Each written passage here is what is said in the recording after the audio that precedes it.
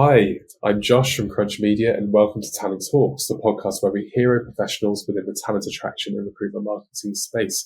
And a big welcome to Jon Hull, experienced head of resourcing and newly appointed Hall of Fame recruiter. Jon, welcome to the podcast. Thank you for joining me. Hi, Josh. Thanks for inviting me. Pleasure to be here. No problem. How's it feel to be newly appointed Hall of Fame? Have you got a star on Hollywood Boulevard yet? I'm not sure whether that's a function of being in the industry a long time and being put out to grass, maybe. But it's nice to be recognised. But there's so much going on in the recruitment world at the moment, so it's always nice to have that sort of recognition. Okay, congratulations. So, like we do with everyone that we have on the podcast, we'll talk about how you got into the industry, your point of view on the current state and how you see the future state of sort of talent attraction and recruitment going. So to start off, how did you get here? What was the journey to date? Yeah, I mean, probably like many recruiters, I didn't find recruitment, it found me. I was a tennis coach after university in the early 90s and walked into a recruitment agency to find a temp job, and they said, have you ever thought about giving this a go? And the rest is kind of history. So spent 10, 11 years in agency side before working through sort of RPOs and then the in-house world. Oh, amazing. And how did you find that? I'm assuming you must have experienced a number of industries along the way through that. What's it been like? What industries have you touched upon? Yeah, I mean, I've worked across lots of industries, financial services, professional services, logistics, construction, facilities management, and tech. I suppose, if you go back and work in a recruitment agency, you tend to specialize in a function or a skill, HR or finance or tech, but you learn about lots of different businesses, right? I mean, you tend to focus, or it tends to be quite broad. And then in my career in-house and RPO, what you learn is the challenges are often very similar, but they might be dialed up slightly differently, in a regulated environment or a volume space. The challenges will be, more acute in a particular part of the process or attraction, but fundamentally recruitment shares a common set of challenges and themes. And, that's what you learn. I'm lucky to have worked across all those industries. And actually, the surprising thing is over 20 years, those problems haven't gone away, right? Regardless of the tech or regardless of the, it's often driven by economics or geography or both, as to why you may or may not be able to fill or place people, at the right time. And given that experience in industry, you must have seen a fair amount. How has the recruitment industry evolved to where you are today? How have you seen that in-house service change from moving into that around 2008? Yeah, I think, in-house has changed. It's become more sophisticated without a doubt, and there's more expectation from an HR perspective, and a business perspective, obviously. So when I was first in RPO and then in-house, it's really, and to a degree, it's still about this, but it's really about cost saving. Initially that was it. How do you reduce agency spend or improve the time? It's definitely become more sophisticated, more integrated into the HR strategy and overall talent strategy. So conversations now are more about, in larger, not just larger corporations, but more sophisticated organizations, about workforce planning and about skills planning, rather than just, go and find me an X or Y. So there has to be, the recruitment function and leadership has to be broader and probably a bit more strategic now. And how technology's evolved as part of that too. I imagine you must have seen an evolution of technology within that space. Yeah, I mean, it has evolved without a doubt. I mean, I'm old enough or experienced enough to remember when LinkedIn first hit the market in 2009, 10. And everyone said then it would be the demise of agencies. And guess what? It hasn't been, for example. So, the tech has got better. Probably, my observation is we're not very good necessarily as a whole industry is adopting it, fully embedding it. So that, I often say there's more recruitment tech out there than there are problems to solve. And we get blinded by the technology rather than focusing on the problem. That's interesting. And how have you found the search for talent within those different industries as well? So, because it feels like we're at a bit of a crisis point at the moment. Vacancies are reducing kind of, pretty rapidly, months on months. Are we, you talked a little bit about having to, it's not necessarily finding an X and Y, it's finding certain skill sets.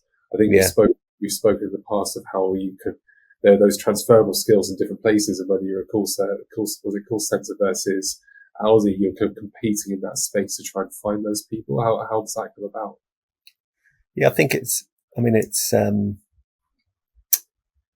definitely been interesting to see the, I suppose the course of the sort of, 2012 onwards, the boom in tech. And of course that's flattened off or, declined a bit, that whole, I suppose, excitement or bubble. But interestingly, if you look at construction or care work, there's still a massive demand. There's more demand than there is skills or people to go around. And I think that plays back to, two things. One is the challenges in different industries or sectors at different times, are acute, and that hits recruitment. The problems are, different or based on time and economics, but also how you attract or find them is, it's recruitment is part of that ecosystem, but it's not the full picture, because it's, could be easy to recruit, but if you can't retain, then you've got a problem. And that's why, recruitment needs to be fully integrated into HR and, L&D and talent management, and that whole EVP from attraction to retention is really important. And how do you find that balance with kind of attraction and HR? Where's that sweet spot for you? I think, we've all got different parts to play, but I think recruitment definitely brings insight and, market knowledge into the HR. The HR function is often by its nature is internally focused, because, it's operations, it's talent, it's learning. Recruitment can bring a lens of that, what's happening dynamically day to day, week to week in the market, and what is really happening, I want to retain a bunch of skills here. Well, by the way, this is happening over here, and that could be very tactical, that, competitors moving in locally or regionally or nationally, or it could be, broader. Well, actually these skills are, fading away, or so it can inform, it can only, inform a kind of conversation about the here and now, but it can also, now I think we're finding tools in recruitment where it's informing much more structural conversations about the skills or talent market. And if we look at kind of, talent market as a whole and the talent attraction best practice, I think, again, when we spoke before, your comment was we're still in the foothills a little bit. It does feel like some practices are still very rudimental and maybe stuck where they were 10, 15 years ago. Can you go I think so. Yeah, I think so. I think, if you take, use of job boards, for example, and even LinkedIn, and all those, people are using them as a,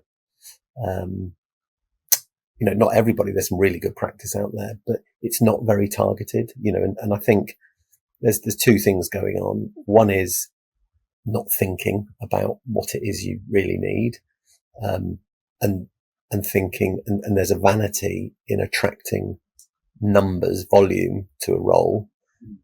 And equally, there's a dynamic often with the relationship between hiring managers and recruiters to say, well, how many applications have you had? And you go, well, I've had 12, but 6 are really good. No, that's not enough. And being able to use data or the insight to push back and say, no, hang on, we've targeted this, this is the the type of person we've targeted. This is the area, whatever it is you're trying to do. So it's understanding your audience and using data to engage with that hiring manager or HR business partner to say, no, look, because all you're creating with volume applications is wasted work, right? Yeah. For a recruiter. It's creating a safety net, isn't it, for people? It's creating a safety net it's a comfort blanket. And I think that it's a really interesting point because, like I said, there are obviously, we know that there are clever ways of being able to target people and being able to do that. And I think I don't know if it still feels that like there's an education piece there within the market for how that can actually be gone about and how you can get that message in front of people and engage passive audiences in a way that when we come to you in certain places, or even engaging active audiences in the right areas too, and using the channels that they're using. I think I saw you share on LinkedIn. Actually, you can see that there's a shift in the demographics of the United Kingdom as well. We've hit that place where death rate's increasing, and you've got is it the 15 to 19-year-olds? Yeah, we've got a reducing number of that age demographic. So there's going to be a squeeze on that age group coming into the market, 3 to 4 years. So how are you going to engage them? How are you going to talk to them? How are you going to prep them for who you are, what you do before they enter the market? Otherwise, it's just going to be a land grab for all those individuals when they come into it. So I think that's a huge piece for the industry to kind of work on. And I think and also from a candidate experience perspective, you invite hundreds of applications. It's not, you're only going to hire one, or you might, if it's a volume, you might hire 10 or 20, but you're going to disappoint a lot of people. So the more targeted you are, the better, right? And actually, if you look at consumer practices, how do we shop online now? It's through, it might be through Facebook or Instagram or, through socials, but we are targeted based on our preference, geography, whatever, on what we're going to buy and our history. So if you can replicate that, it's not always possible to do that in a recruitment sense, but, a lot of the time it is, or more often than not it is. And it, helps both efficiency for the recruiter and the candidate experience, because you're not wasting anyone's time. Exactly. Well, there are, for those that are listening that might not be aware, there are restrictions on certain platforms, aren't there? In certain platforms you can't target in certain ways. But even using LinkedIn's paid solution, we're able to overlay language skills with job skills. So if you're trying to find, sales and account managers who have, French, German, Spanish speaking experience, you can bring those skill sets together. If you're trying to run more broader awareness campaigns, you can specifically target certain regions down to nearest postcodes in other platforms. Exactly. Yeah. It's all about understanding what channels your audiences are using, who they are, where they are, and then using that to identify the right media to then speak to them. So I think it's a really interesting conversation. And you're absolutely right. The B2C side, I feel like it's slightly, you see some really, really strong examples of it. There's some really nice examples of an industry of how Royal Mail have done certain things, of how BT have done certain things. There's some really, really high-flying players in the market, but then there's still a really strong piece there to show other people what can be done. And you can create these really nice, always-on cycles out of it as well, where rather than having to build reactive job ads and kind of like going out to market, you've already engaged the market, you've already warmed them up, so all you're running is conversion pieces to then just bring those applications through, and you can apply that across volume recruitment, hard to fill, employer brands, ED&I, even your early careers, grads, apprenticeships, whatever it may be. The opportunities are endless for people. Yeah, absolutely. Yeah, but I think it is it's often there's lots going on, and I've worked in different organisations where you've got to fight for that budget often, and often you're saving money, but it's because, like you said, the always-on type of activity, there's not always a specific job or outcome in maybe in that quarter that you're tracking. So to convince your finance that this is a good idea is a tricky one at first, right? Once it's played in, I mean, it makes perfect sense, but it's like, no, we buy Indeed or LinkedIn or whatever. You can see product, as it were, Yeah. which may or may not be useful, right? No, it's exactly that. And kind of, what do you see as the major challenges facing the market right now? You said we're in the fields a little bit with talent attraction practices, and there are smarter practices out there. What's your take on the major challenges facing the market? I think big challenges still in certain markets. Tech's a bit quieter now, but there's still skills gaps or demands that is unfulfilled in tech areas, and certainly construction and those, I suppose, inverted commas, old-fashioned skills that the UK PLC has failed to invest in for years, especially it's been true, hasn't it, for the last 10 years, but as we go forward, there's going to be more infrastructure projects, more demand, and, less young people going into those professions. But I think overall from a recruiting point of view, we have to embrace or understand AI, but equally don't believe the hype, so you've got to be judicious about what problems you're trying to solve rather than how you want to apply the tech to solve a problem. It's what problem you're trying to solve and what is available to you to do that. And it might be some AI, but, frankly, in my experience over years, using ATSs, every recruiter complains that their ATS doesn't do the job. The reality is they're never embedded. So, most functions are using their ATS to about 50% of its capability. So, I think you're seeing economic pressure in functions to optimize tech now rather than add more because it becomes too complicated. But that's the, in many ways, it's not shiny and super, it's the hard yards then. It's interesting. I think, I had Gavin Foley on here previously. He talks about AI, and it's you're not going to lose your job to AI. You're going to lose your job to people who know how to use AI, and that's the impact it's going to have on. I think across the world, and not just the recruitment industry or talent attraction industry. It's an efficiency tool that's got to be seen. Yeah, it simplifies tasks and hopefully enhances what you're able to deliver. Aside from the technology piece, what's your take on assessment practices as well? I know you've got a bit of a passion point around diversity and how you deliver that. How do you see it as assessment practice? Well, similar to attraction, right? I think still, there are good examples of people that have embraced attraction methodologies and tools, but the vast majority don't. We still rely on interviews, which we know are sort of useful, but not a brilliant predictor of performance in role. AI is affecting the assessment industry, probably, more, well, not more, but,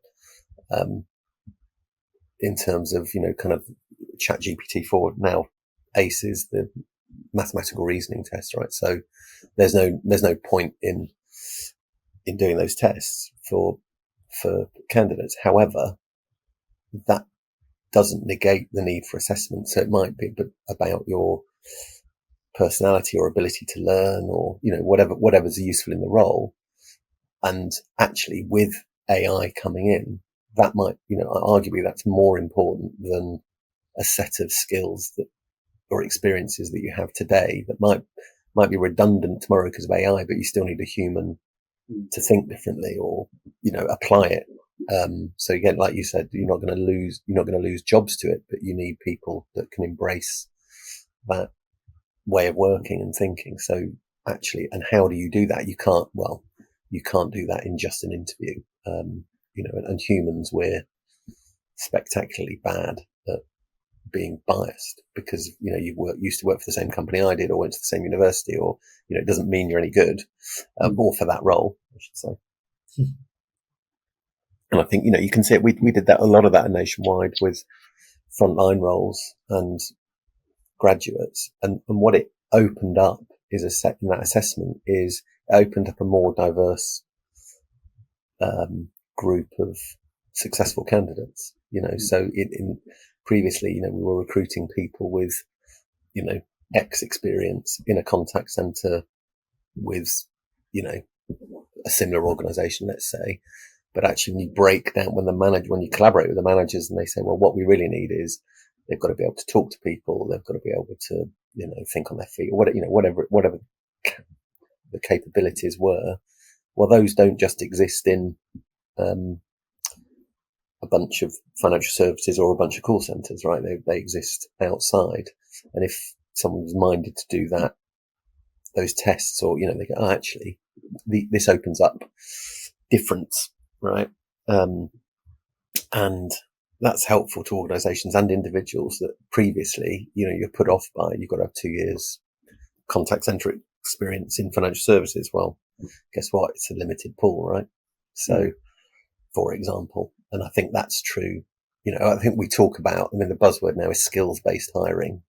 Effectively, lots of organizations have been doing that for years. We just called it something different, right? And it's a bit deeper, but it's, you're not looking for a defined set of experiences. You're looking for things that can match the capabilities and the potential of what you're trying to do in that part of the organization or whole organization. So apply, we've always been applying technology to these problems, but I think that there are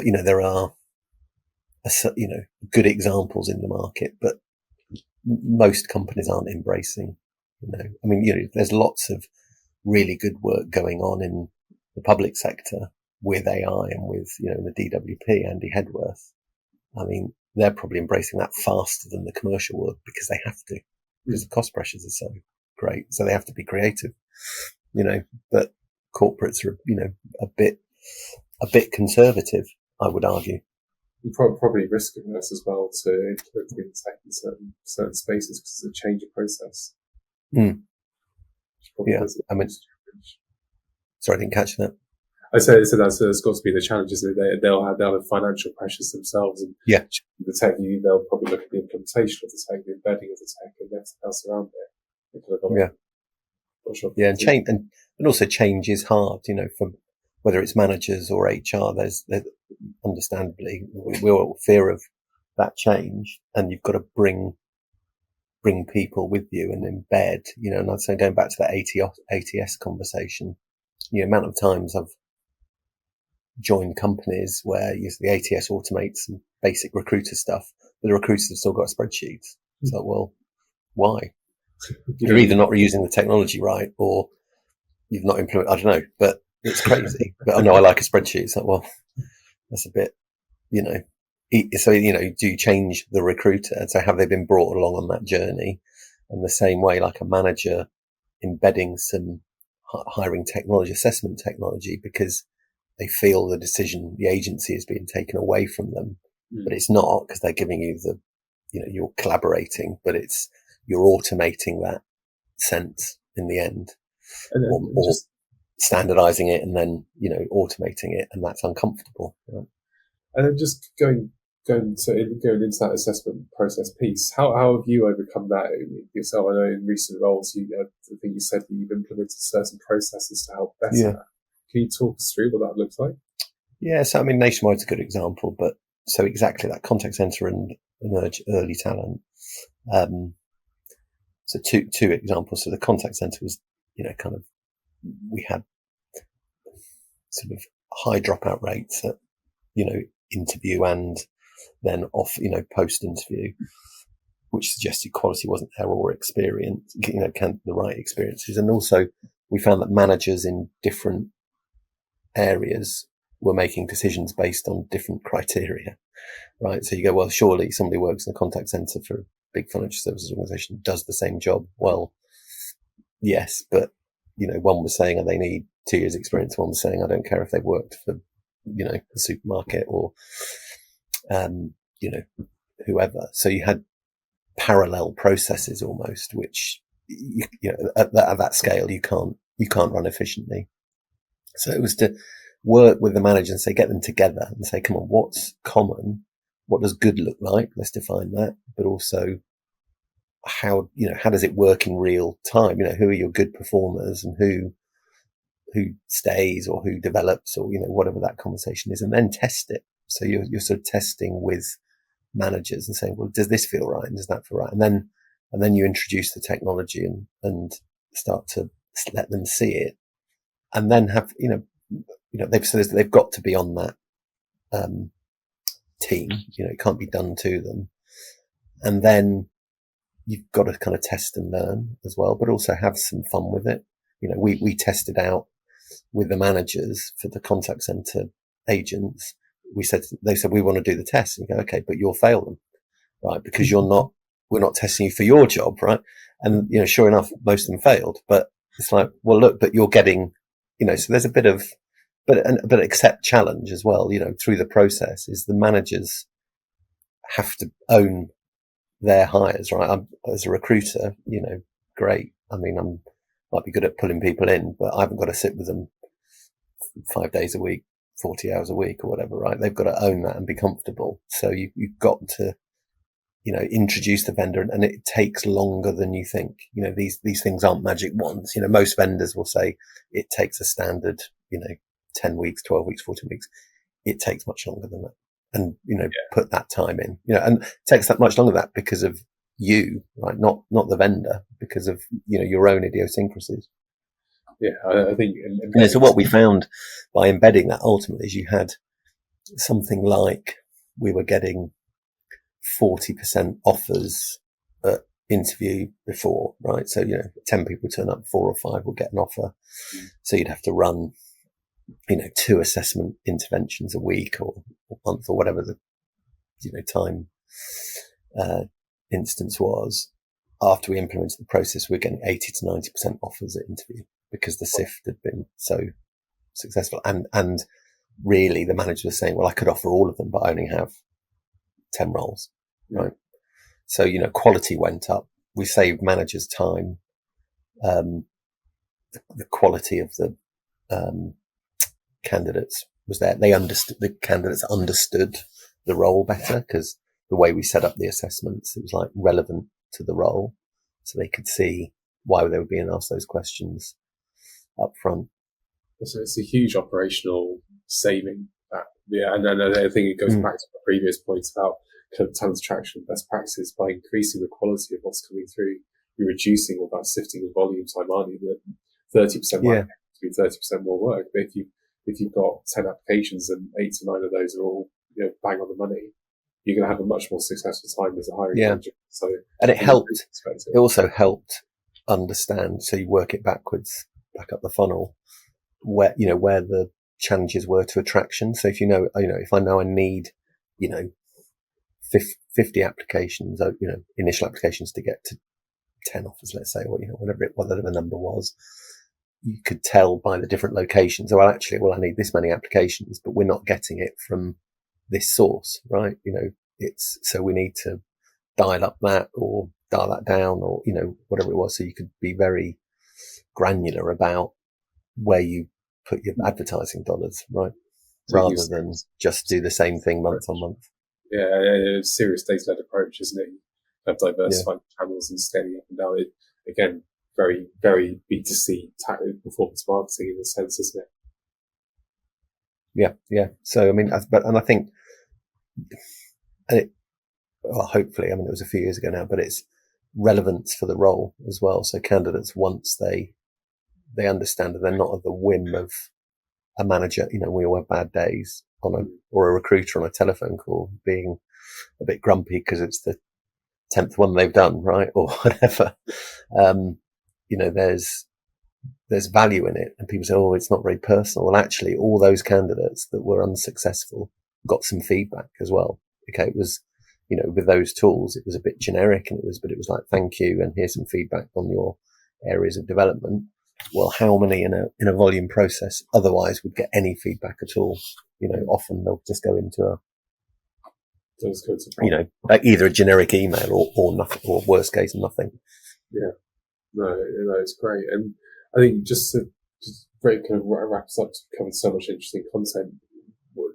You've covered so much. Would you do it again with hindsight?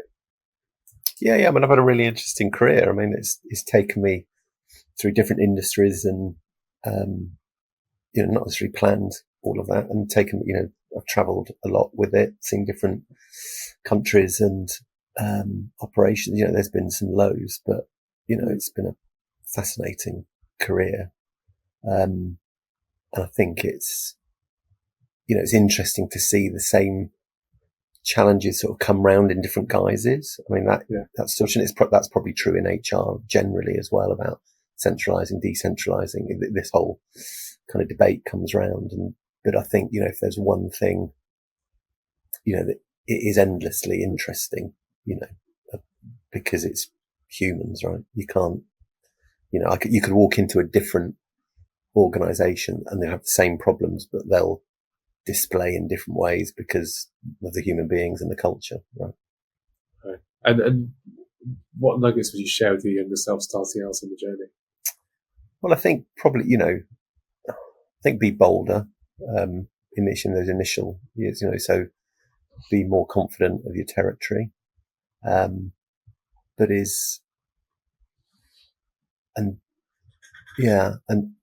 suppose be led by the data or follow the data, not be led by the data, because you've got to make a judgment on the data and it's never complete, right? But be led by it rather than by, you can be influenced by senior stakeholders who will argue with that but have the data to hand. And you to finish this off, you had one final story about Deloitte. I think it's Deloitte, if I can say that you want to say. So how were you? I think we were talking about you're gonna have to remind me now because we covered it just we finished. It's a terrible connection.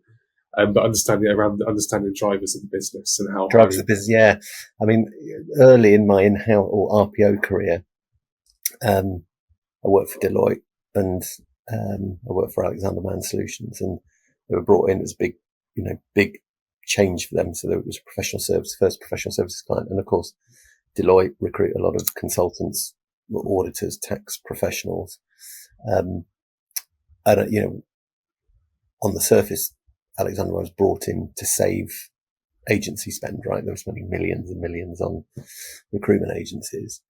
And, I had a conversation with a partner from one of the bigger regional offices, and he said, look, I don't care about how much it costs me to hire one of these, because I can make that agency fee back in 3 weeks, right? So that informed the way I had conversations with him. So I said, what we're doing for you then is opening up opportunity and channels. We're opening up means of getting to candidates you might not have seen before because the agencies won't have them, and yes, agency might be part of that conversation. But, that's really important, I think, for any recruiter, that I work with, is understand the drivers of your stakeholder or business, because of course we can save money, we can save time, but it's what matters to that stakeholder and how you engage with them, our process probably won't change much for, we're into standardization of processes, but the way you engage and get them to engage with you is understanding what what's keeping them up at night. Oh, well, I think that's a great note to finish on. And that was a terrible connection, but I did try and pull them together. But Jon, I just want to say thank you so much for your time. Thank you for joining me. I hope you enjoyed. Thank you. Hope you enjoyed. To anyone else Thanks, listening, thank you so much for tuning in and giving us a listen. You can find us on all the available audio channels, so Spotify, Apple Podcast, YouTube. Jon, thank you once again for your time, and speak soon. Thank you very much. Thank you.